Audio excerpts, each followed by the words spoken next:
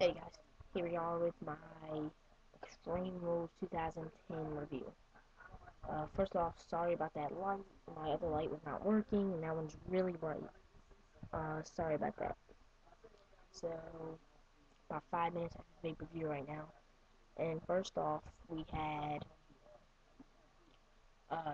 Triple H and Sheamus were supposed to have the first match, but while Triple H was backstage, or about to do his entrance coming to the stadium, Sheamus attacked him and beat him with that pipe, hit him in the back of the neck. So that was it for right there. Uh,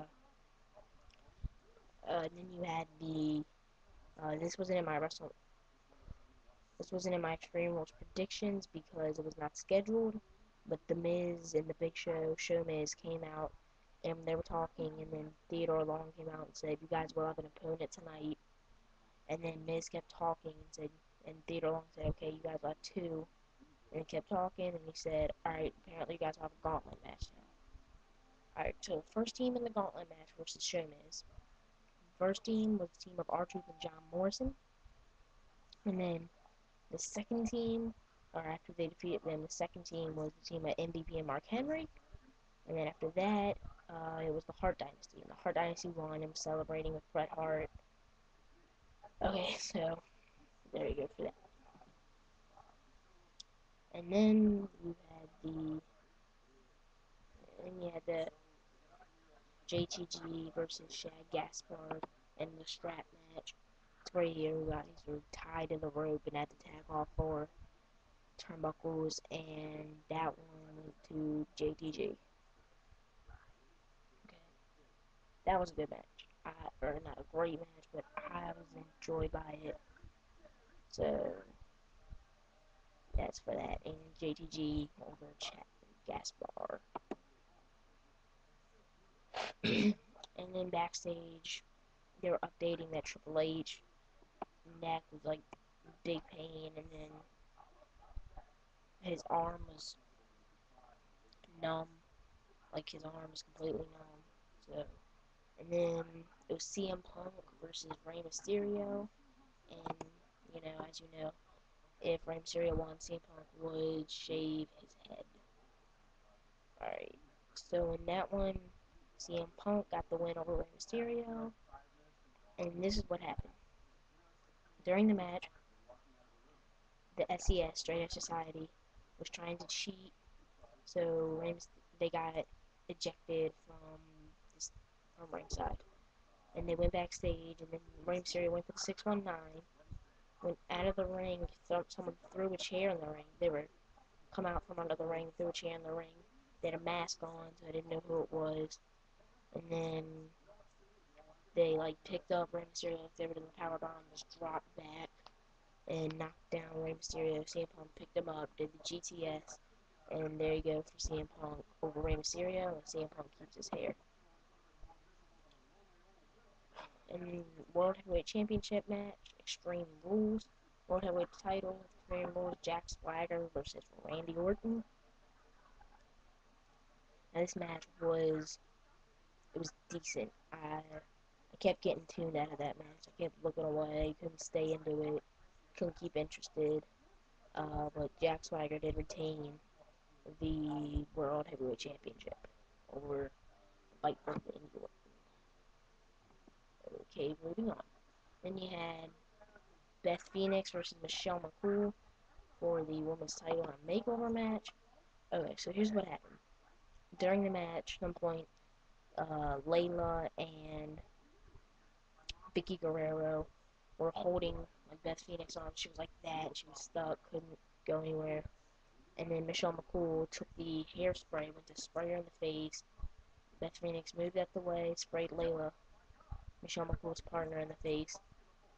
Uh, yeah, so then Layla was ringside, and Vicky was coming to her aid while Beth Phoenix set Michelle McCool onto that table with all the stuff the makeover stuff, and tipped it over. And Beth Phoenix came away, the new women's champion, Beth Phoenix over Michelle McCool. Then the steel cage match, Edge versus Y2J, Chris Jericho. Good match. I liked it. I mean, some parts got me out of the match, but they were battling on top of the cage, and at one point, Chris Jericho was about to escape the cage, or just walked right out the door, stood on the bottom step, then walked back in, and they were fighting on top of the cage a few times. But Edge defeated Chris Jericho in that match. So there you go there. And then you have the street fight finally between Triple H and Sheamus. Triple H came out to the ring. And at one point in the match, Triple H had a cane in one hand and his other hand was still completely numb. And he was just hitting Sheamus with it non-stop, sitting there smacking Sheamus in the back with a cane, in the face and in the chest. Sheamus, for once in his life, he wasn't that white. So, uh, Triple, and then Triple H got him in the ring about to pin him, but then Sheamus did the big boot. Then Triple H got up again, did the big boot. Sheamus hit him with the big boot, and then the ref asked him if he wanted to quit. Triple H said no, told Sheamus to suck it, and then Sheamus hit him with another big boot. Irish whipped him, hit him with another big boot, and then pinned him. Okay, so Sheamus won the street fight.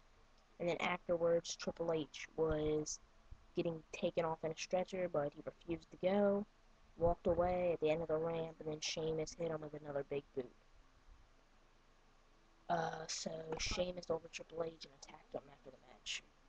In the main event for the evening, WWE Championship, John Cena versus Batista in a last man standing match.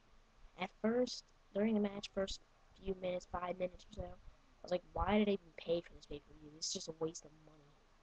But then, well, some of the matches were, but then after I seen some of it, they got into it really, and at one point in the match, Batista threw John Cena through the barricade, just like not even a little bit, like Edge did Jericho, just like from this,